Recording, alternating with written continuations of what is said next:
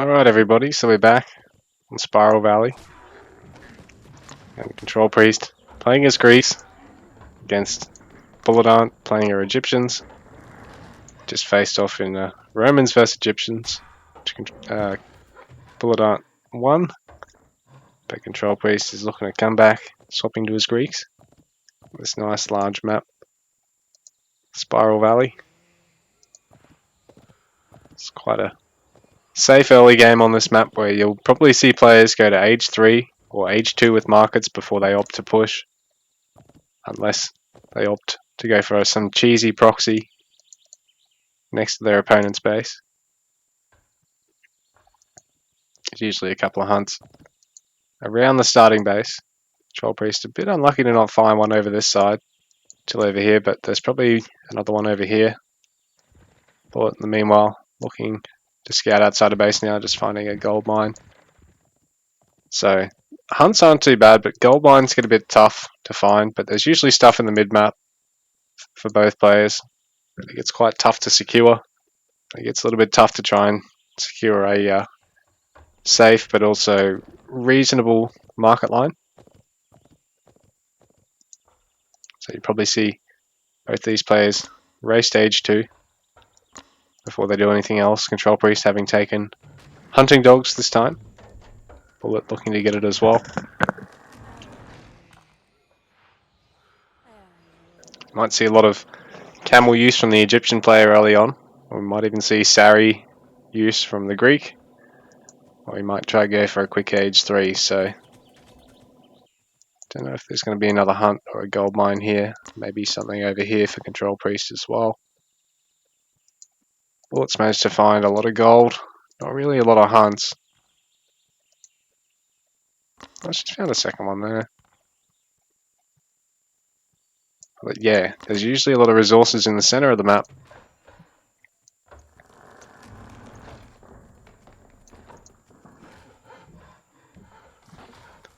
Both these players looking to go fairly quick age 3. Sorry, fairly quick age 2. Possibly a quick age 3 behind it, but we might see some raiding. Got the hunt here for controlPriest. He's managed to find a gold mine. It's not all the way over in one of the corners. It's still easier for you to secure than for your opponent to raid it, because I mean you've got this rush distance versus this distance. So age 2 inbound for both players, pretty similar timing. Should kick in about the same time, but the Egyptian player going to be able to fit in some early villages, while the Greek player has to get it from the town center. So both players having taken age 2 and hunting dogs, pretty similar timing so far.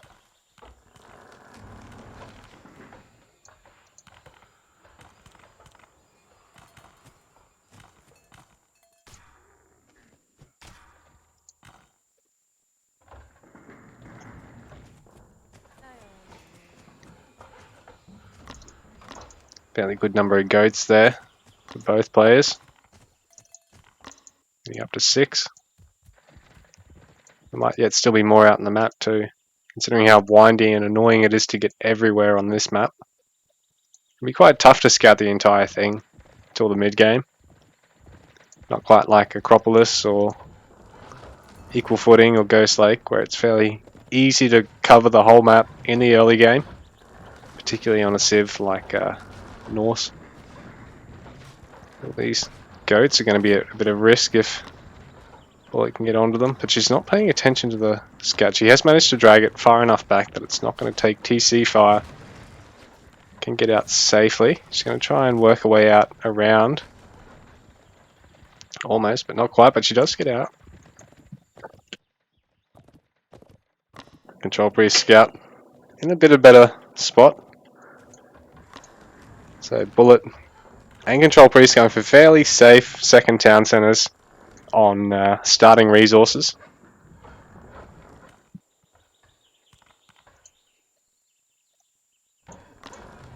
And stables first for Bullet this time. Not going to muck around and get spearmen. She might go on the offensive this time. She might lose a scout here. She does manage to Keep on paving back. He has taken the scout healing tech as well. Control Priest not having to spend on it just yet. But no production for him yet. Well, he's banking up quite a bit of gold. And he's going to have to get a bit more food. Probably take Picker's Gloves as quickly as he can here, considering it's 20% and it's such a cheap upgrade. It's pretty much a no-brainer. The stable's down for Bullet. Hasn't started training any cavalry yet. She's going to go for double barracks behind this. So Control Priest going for a barracks, probably going to get some spearmen. And add a range and start getting some Toxotes to support him. And then look at taking an age 3. Both these civs probably want to try and get ahead in terms of the eco and tech. And it's so important in this matchup just to be able to get towards your late game composition if you're not able to get ahead in the mid game with some snowbally push.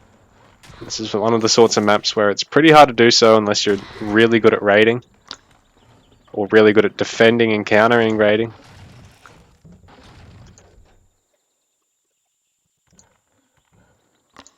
Or just happen to get lucky with the playstyle your opponent's trying to field.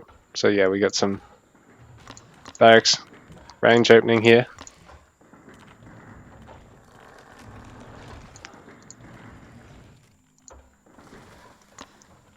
Camels in the mix. We're going to try and get some watch posts. This will be useful because hopefully it'll be too far away to really show the hunt. So that's a bit bad in a sense, but in saying that, she should still see villagers come through to get to the gold mine. So as long as she's paying attention to the map here, she should get a bit of value out of this because it really also is going to reveal most of this choke. It's going to be very hard to run units here without her noticing. So the only downer to this watch post is it's not about here, just so she can see that hunt as well.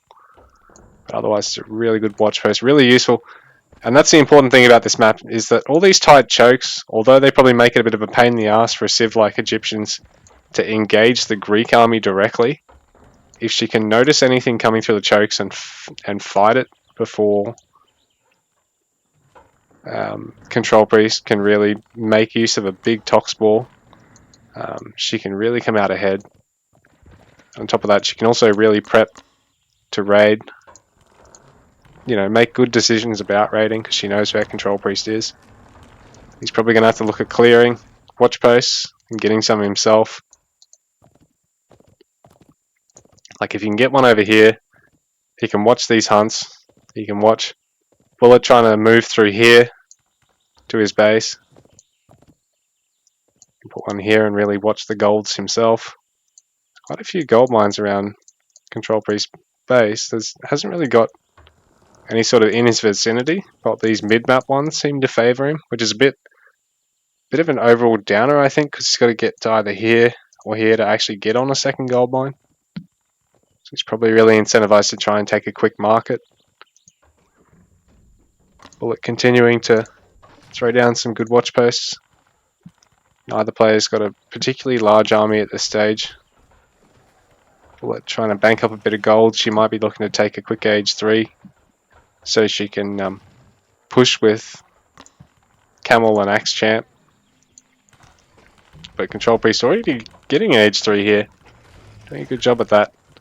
Going to be able to get the town centre quite quickly as well. He's already got the stone. In fact, he probably could pull some of these stone gatherers off and throw them on wood or gold. Wood or food, sorry, at this point. He's taking Picker's Gloves now. Good number of camels in the mix here for Bullet, so she's going to be able to be a good presence around the map as long as she can scout and respond to whatever Control Priest decides to do when he moves out with his eco, because he can't sit on his initial starting eco forever. And having 2 town centers stacked like this is great for your initial defense, but on such a large map you need to be able to secure resources. So Control Priest is going to have to try and defend this town center going up, and he's got a good army to do this because the camels, they don't have champ yet, so they're not going to be able to counter the Tox, and spears have champ, so they are going to really snare and destroy the camels. So this town centre should be pretty safe. I don't think Bullet even realises that it's being built yet. But she may look at coming past here. All these camels are largely going to be able to get out of here, I think. controlPriest is going to get one of them. Bullet's going to have to try and hit from another angle, and in the meanwhile, controlPriest can always just split up some of them. Barbed arrows and scale mail coming out. Temper's already in the mix. Full bullet. controlPriest going to go for Tox, Champ, and get some hoplites in the mix as well. So the beauty of the hoplites is they're basically a spearman that doesn't get wrecked by the chariots so quickly. So a little bit extra you spend on them in terms of gold really just means you're getting that little bit more pierce armor in the composition for what's effectively the same unit. So you sort of sub out your spearmen for hoplites, as well as potentially getting Prodromos if you still need to, or getting Saris as the Greek player. But ooh, nice camel run by. It's going to force a lot of villagers out here, but Bullet's not actually going to get anything because she's just streamed the camels past. She doesn't actually sort of realise that she had the opportunity to get a few kills there, and now she's going to run into a bunch of spearmen. Oh, but controlPriest pretty much going to stand on top of the camels while these guys aren't going to engage. So not the best of fights either player is taking here.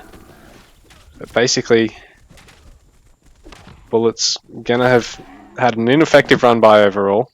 controlPriest going to be able to get straight back on this hunt, get a few camel kills. And the Egyptian player is forced to bunch everything up. The Greek player can sort of breathe a sigh of relief. So now, Bullet's going to have to restructure how she wants to poke and prod and try and delay the Greek Age 4, because truth be told, in the ultra late game, I think the Greek player is favoured once the Gastras come out. Although the Egyptian player with a good amount of catapults and war elephants and camels can probably rein in the Gastras. But it is quite easy to just start a step with them and split with them and just get crazy value. I love late game Greeks. It's so fucking boring to play to get there. Man, late game Greeks is one of the funnest things in the game. But playing later mid game Greeks is one of the fucking most boring and intimidating. But I suppose, you know, it's a fact of life. It's perfectly balanced because of that. Egyptian sort of feels a bit the same, with early game feeling so weak and then mid game being super strong, and then like potentially having a good counter comp. It's just tough in ultra late game. Don't know why controlPriest is looking to get this much stone. But he's fighting only half the Egyptian army at the time, so this is great for him. He's going to pick off a lot of the camels. They haven't even got champion yet. controlPriest isn't having to deal with anything else from Bullet at the moment, so he does, again, get another couple of camels for free. She is ahead in population here, so she is macroing slightly better behind this, and she can fit in a little siege tower push here. It can be devastating, but when you've got 20 villages around the town center, you probably need to bring army with them, just because villagers can actually kill siege quite quickly. They are one of the better units to do so, I think. Or used to be. Maybe not as strong as they were. controlPriest, why are you putting these storehouses so fucking far away? Put them 1 tile, not 10. controlPriest is like an inverse Taz at the moment. Like Taz was notorious for fucking taking the worst storehouses in the world, because he put it like right fucking here, where there'd be no space. Well, controlPriest is like, I'll put it 7 tiles away from everything. Sort of like an inverse mistake. Oh, but he is going to save all these villagers, doesn't lose a single villager. That's really nice of him to react like that. And a little bit rough for Bullet to not notice that she probably could have picked a couple of those villagers off. But it does take microing your cavalry past the villagers, then onto them, then past them, then onto them. It's a bit tedious. Nice spot for a triple market. Bullets really locking down the mid-map and this right side, but Control Priest taking this left side. And it's a tough choke, especially if he gets walled for her to deal with. Fortress coming up for the Greek player. Not going to be able to get anything out of it till age 4, but does provide good cover defense to this town center. And I think it might be slightly better value to market line to this town center than to the starting ones. Slightly greedier, but at the same time, if Control Priest can lock this down, like he's looking at locking down here and here, he's probably going to be alright. But he is slightly down in terms of his army size. Bullet is probably going to have a bit of an opportunity to take an engagement here. As long as she initially ignores the fortress but doesn't fight too close to it, she's going to force Control Priest to have to retreat. He's going to lose a lot of these farms. A lot of these talks, there's just not quite enough of them. They are going to fall. There's no Saris to deal with the chariots either. So his army does go down, and I think he's slightly down in terms of upgrades. Yeah, so Bullet having taken the double armory upgrade for armor for Egyptians, which none of the other civs get. It's quite useful against a mixed melee range civ like Greeks. Simply not enough hoplites or prodroma, hoplite, Saris or Toxotes in the mix here to really clean up this Egyptian army, but a lot of it is going to fall to the fortress. Control Priest probably should have tried to repair that actually, because he was getting a lot of value out of it. He was really picking off the very lightweight axemen from the Egyptian player, which then sort of exposes the higher value units in the composition. And chariots really aren't that cost effective, and neither are the camels compared to some of the choices from the other civs here. But Bullet's got a great economy behind this, 82 villages. Control Priest is actually at 89, but he's just under that much pressure and losing a little bit more in the fights. I think he might be down on eco-tax. Actually, no, he's probably even now. But he's just really struggling here. He's got to afford a lot of defense. And he's losing fortresses, lost a lot of this army. So the fortress, so many villagers building it, but it's still gonna go down. Oh no, it does get built, but it's just that low that Bullet manages to snipe it. And she is going to try forward building here. Right on the doorstep. You almost have to on a map like this, particularly on a civ like Egyptians, where your big boon is the fact that your train times of your one pop units are so low. So you can just win a trash war through that. Now the thing with AOEO trash wars is that they still cost gold. It's just basically, it's one pop units that train quickly versus, you know, high value one pop units and then 2 and 3 pop units. So with the civ like Egyptians, it's really useful to get this forward building. And other civs that make great use of it, funnily enough, are Norse, who are at the other end of the spectrum with the value of their one pop. Because Egyptian barracks units are pretty trashy, but it just means you can really field them quite quickly. Stables probably not so necessary because the stables units are a little bit faster, but it still means Bullet can basically engage with the whole army at a moment's notice. So Control Priest going to have to try and save this town center, because this is his best chance at a healthy market line. This is going to be what maintains his gold here. Doesn't want to get too many peltas, but if he can get enough to basically one-shot a chariot with one round, he comes out well ahead. But he really needs to try and micro off the siege tower. If he can right-click with the villagers, it's going to go down much faster. Or he needs to try and repair the fortresses or something, because right now the fortress, if it goes down, I think it might be over, because Bullet can afford to keep flooding with army.